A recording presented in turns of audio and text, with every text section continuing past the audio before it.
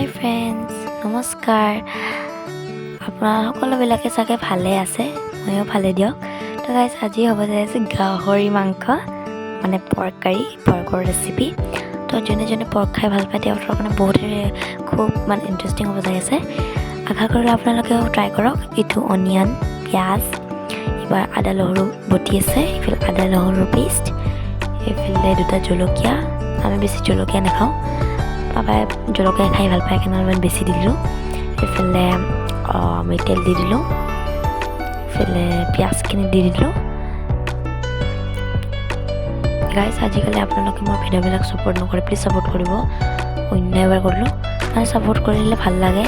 যদি মোৰ 100K হৈ যায়, মই আপোনালোকক কি কওঁ আৰু এটা ডাঙৰ পাৰ্টি দিম দিয়ক ইউটিউবত। এইবাৰ আমি নিমখ, আদা নহৰু পেষ্ট দি লৰাই ল'ম। এইফালে জ্বালাও দি দিলোঁ, লৰাই ল'লোঁ। এইবাৰ আমি লৰাই আছোঁ। মাংসখিনি এখানে দিয়া হ'বলগীয়া হোৱা নাই, যিহেতু আমাৰ পাপাই পৰ্ক খাই ভাল পায় কেনে আনিলে দিয়ক। ভাবিলোঁ এই ৰেচিপিটো আপোনালোকৰ লগত শ্বেয়াৰ কৰোঁ। ইমান ধুনীয়া কালাৰৰ টেক্সচাৰ মোৰ খাব ইচ্ছা গৈছে। Fry pork recipe. এইবাৰ পানী দিম সিজিবৰ কাৰণে।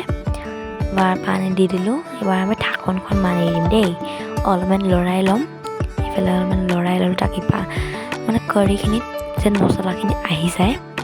এইফালে আমি মছলা আৰু পানীত সেইখিনি অলপমান মিক্স কৰি ল'লোঁ। এবাৰ আমি ঢাকনখিনি দি দিলোঁ।